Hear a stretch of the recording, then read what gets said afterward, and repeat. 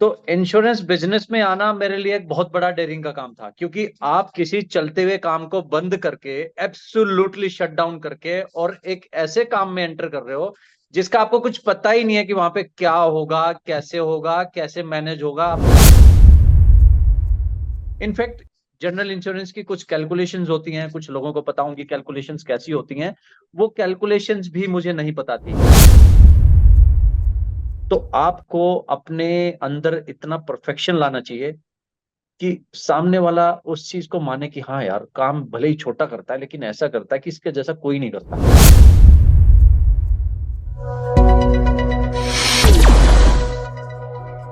दोस्तों, आज के इस वीडियो में मैं आपको ऋषिकेश के एक बहुत ही बड़े इंश्योरेंस एडवाइजर से मिलाने वाला हूं।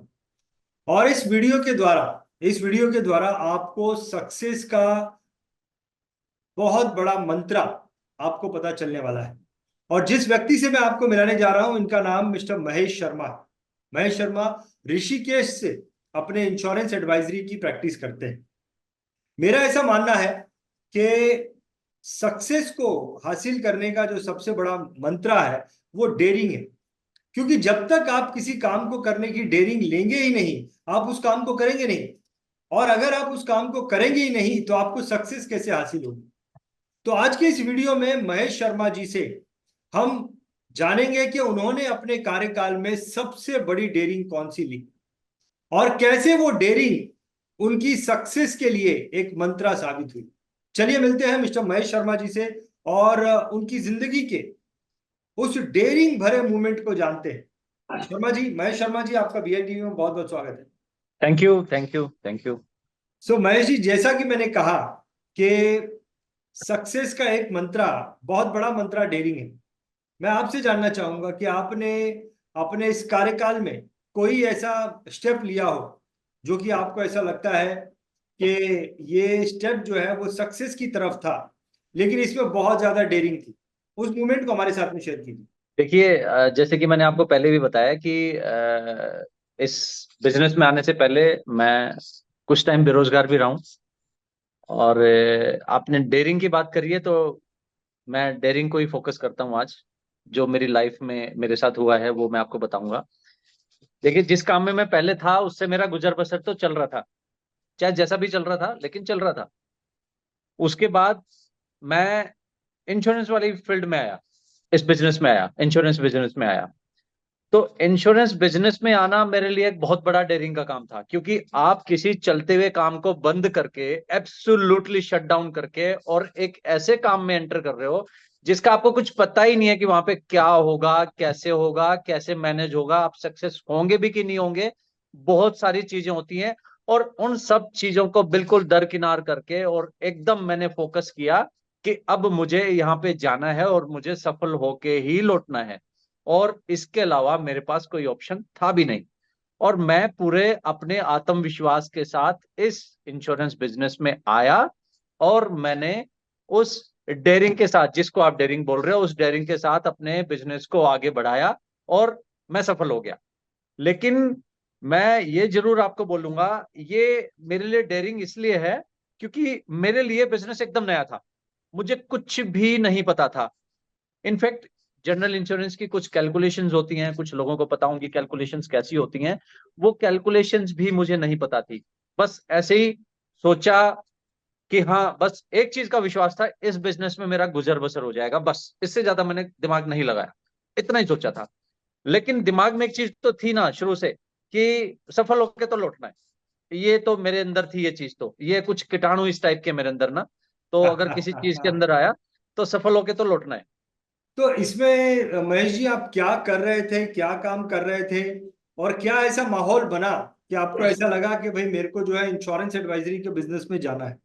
रंजीत जी, इस चीज के बारे में मैं बताऊंगा आपको। जो इससे पहले मेरा बिजनेस था, वो मैं एक लोकल वर्कशॉप चलाता था, रोड साइड वर्कशॉप जिसे आप बोल सकते हो। और उस वर्कशॉप को चलाते चलाते कुछ ऐसे फैक्टर्स आ गए, कुछ मेरे को फंड की प्रॉब्लम हुई, फाइनेंशियल मेरे को दिक्कतें हुई। और कुछ ऐसी स्थिति आ गई कि वो मेरे को बस अबाउट टू शट, मतलब वो मेरे को कभी भी बंद करने वाली स्थिति में था। लेकिन फिर भी मेरा काम उससे चल रहा था।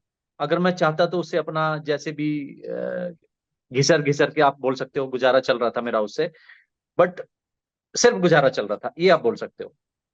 उसके बाद फिर ऐसे ही कोई एक शख्स मेरे पास आए और बोले कि आप ना ये इंश्योरेंस का काम कर लीजिए हमारे साथ।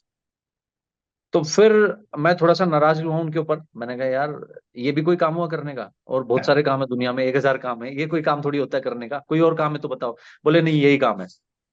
तो उसके बाद फिर कुछ टाइम बाद मैं देखता हूँ कि मेरे पास एक सज्जन आए, बोले यार शर्मा जी, आपकी कोई पहचान में हो तो हमारा इंश्योरेंस करवा दीजिए हमारी गाड़ी का। एकदम से मुझे क्लिक हुआ। मैंने कहा यार, कोई एक ऐसे आदमी आया था मेरे पास और वो बोलता कि इंश्योरेंस का कुछ काम कर लो, ऐसा वैसा। तो फिर मेरे को एकदम से क्लिक हुआ, तो फिर मैंने उसको उसका रेफरेंस दिया, उसने उस इंश्योरेंस को करवा दिया। बदले में उसने मुझे बोला कि मैं इसके बदले में आपको कुछ कुछ कमीशन इसको मैं आपको दूंगा इसका। तो कमीशन तो खैर मुझे आज तक नहीं मिला, वो आदमी भी मुझे आज तक नहीं मिला, लेकिन दिमाग में एक चीज तो आई यार, इसने कुछ किया नहीं, मतलब मैंने कुछ किया नहीं और पैसा बन रहा है इस काम से, यार ये तो बड़ी अच्छी बात है। यहाँ पे इतना सारा इन्वेस्टमेंट मेरे को लगा के बैठना होता है, दिन भर यहाँ पे पता नहीं लोगों को क्या क्या बोलना होता है, सब कुछ करना होता है, बावजूद उसके यार 200-300 रुपए भी नहीं आते मुझे। और यहाँ पे एकदम से वो बोलता है कि इसमें 1000-1500 रुपए आ जाते हैं। मैंने कहा ये तो बहुत अच्छा बिजनेस है यार, कुछ भी नहीं बोलना पड़ता, सिर्फ अपना टैलेंट और स्किल यूज करना है और पैसे बनाने हैं। मैंने कहा इससे अच्छा तो काम नहीं हो सकता कुछ भी। बट फिर भी कुछ पता तो था ही नहीं ना, तो चल पड़े बस ऐसे ही, तो चल पड़े। घुस गए।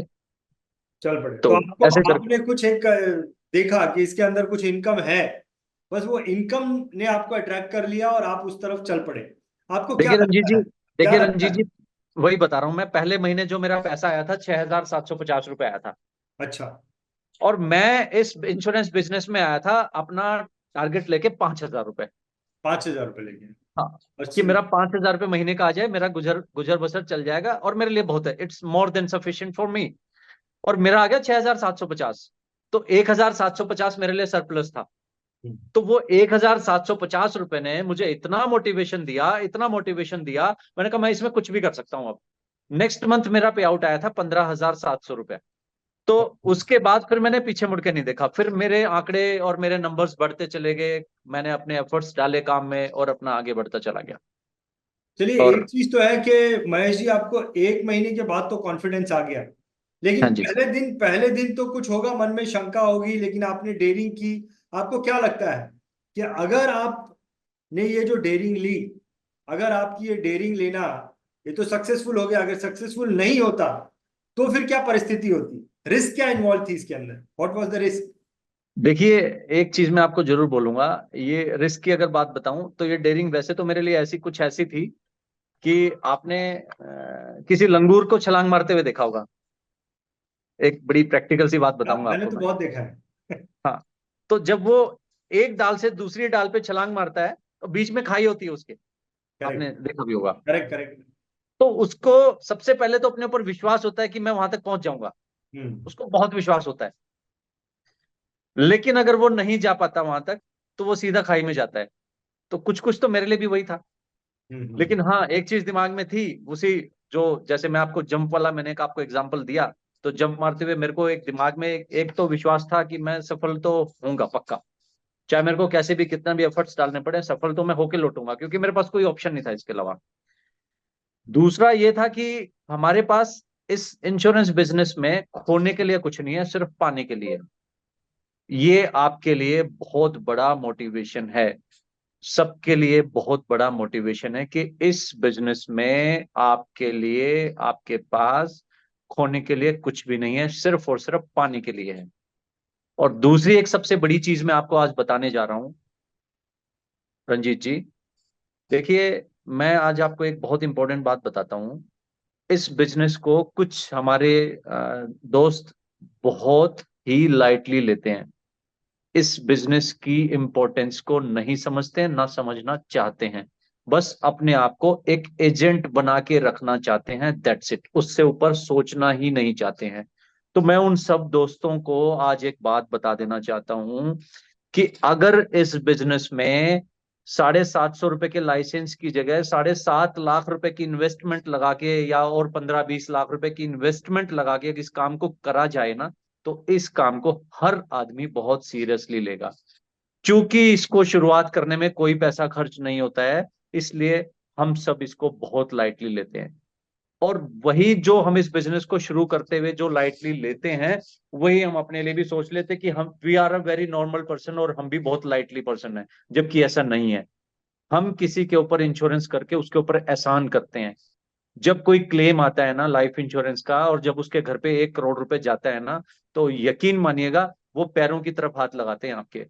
और आपके सामने आपके जैसा उस वक्त पे उस आदमी के लिए दूसरा इंपॉर्टेंट और दूसरा महान व्यक्ति हो नहीं सकता, ये मैं पूरे दावे के साथ बोलता हूँ। एब्सोल्युटली राइट, आप एब्सोल्युटली। इतना बड़ा काम करते हो।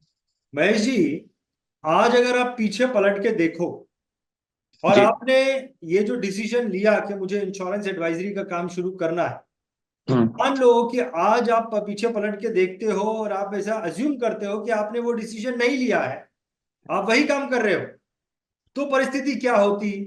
और आपने लिया है और आज एक्चुअल परिस्थिति क्या है, ये दोनों चीजें बता सकते हैं? एक तो वो अजम्पशन कि आप वही काम कर रहे हैं, तो परिस्थिति क्या हो सकती थी आपको लगता है आज, और आज जो नेचुरल एक्चुअल परिस्थिति है वो क्या है? देखिए, सबसे पहले तो अगर मैं वही काम कर रहा होता ना, तो इतने कॉन्फिडेंस से आज आपके सामने बात नहीं कर रहा होता। कोई आपका दूसरी इंटरव्यू बात, नहीं ले रहा होता। दूसरी बात कि आज भी मैं ऐसे ही अपने घर वालों की और सबकी बातें सुन रहा होता, और मुझे पता है कि मैं उस टाइम आज तक टिल नाउ सिर्फ अपना गुजर बसर चला रहा होता, उसके अलावा कुछ नहीं कर रहा होता।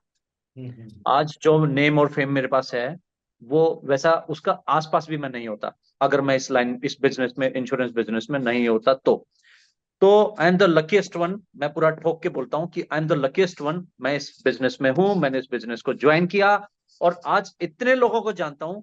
कुछ 3,500 नंबर मेरे फोन में है, 6,500 लोग मेरे क्लाइंट हैं, और आज बड़े से बड़े और छोटे से छोटे आदमी को मैं जानता हूं just because of the business. सिर्फ इस बिजनेस की वजह से जानता हूं।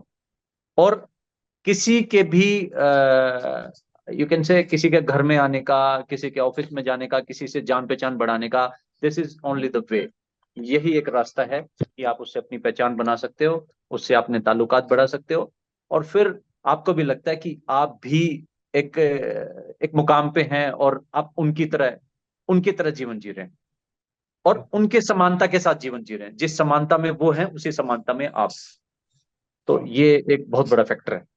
सो महेश जी, ये जो आपने आपकी जिंदगी का एक किस्सा हमारे साथ में शेयर किया कि कैसे जी। आप वर्कशॉप में काम करते थे और जी। जी। आपने डेयरिंग ली कि अब मुझे जो है अपने बिजनेस को चेंज करना है, और जी। आज जो आपने माहौल, आज आपने जो अपना लेवल बना दिया है, ये पूरी जी। कहानी का अगर हम निष्कर्ष निकालें, जी।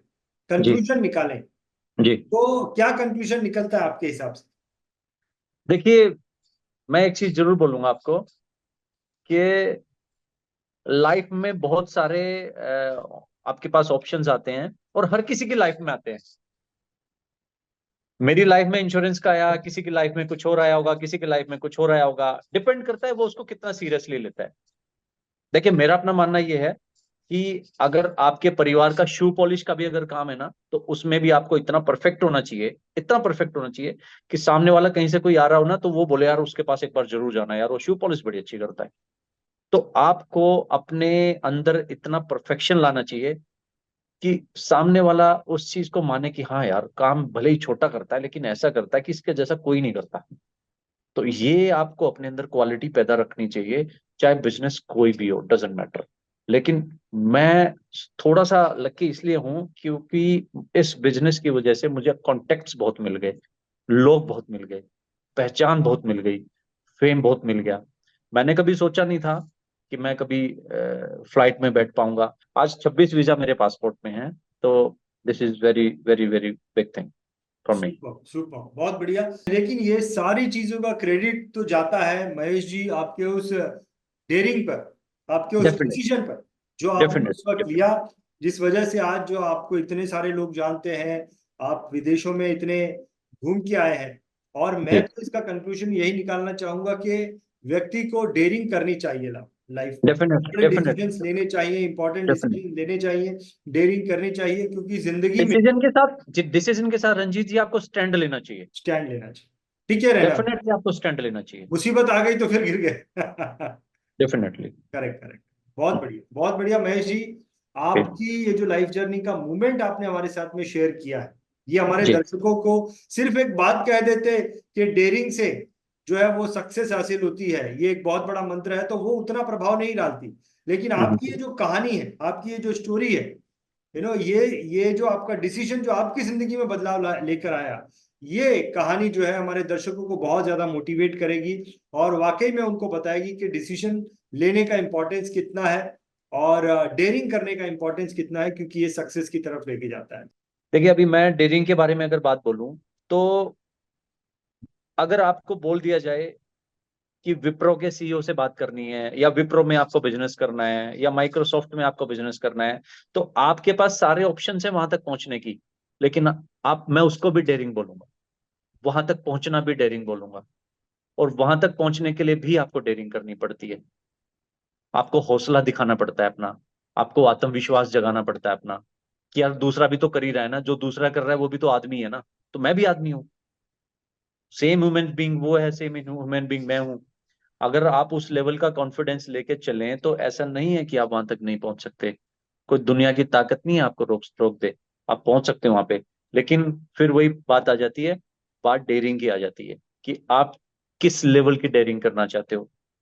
आप थोड़े बहुत में ही अपना गुजारा करना चाहते हो, या डेयरिंग करके कुछ अलग माहौल बनाना चाहते हो अपने लिए और दुनिया के लिए। बस यही वाकई मैं में कहना बहुत चाहता हूँ। इंपॉर्टेंट, वाकई में बहुत इंपॉर्टेंट बात है। बहुत जी। बढ़िया महेश जी, बहुत बहुत धन्यवाद करना चाहूंगा थैंक यू, आपका थैंक यू, समय देने के लिए और अपनी थैंक यू, जिंदगी के इस मोमेंट को हमारे साथ में शेयर करने के लिए। बहुत थैंक बहुत यू, थैंक यू।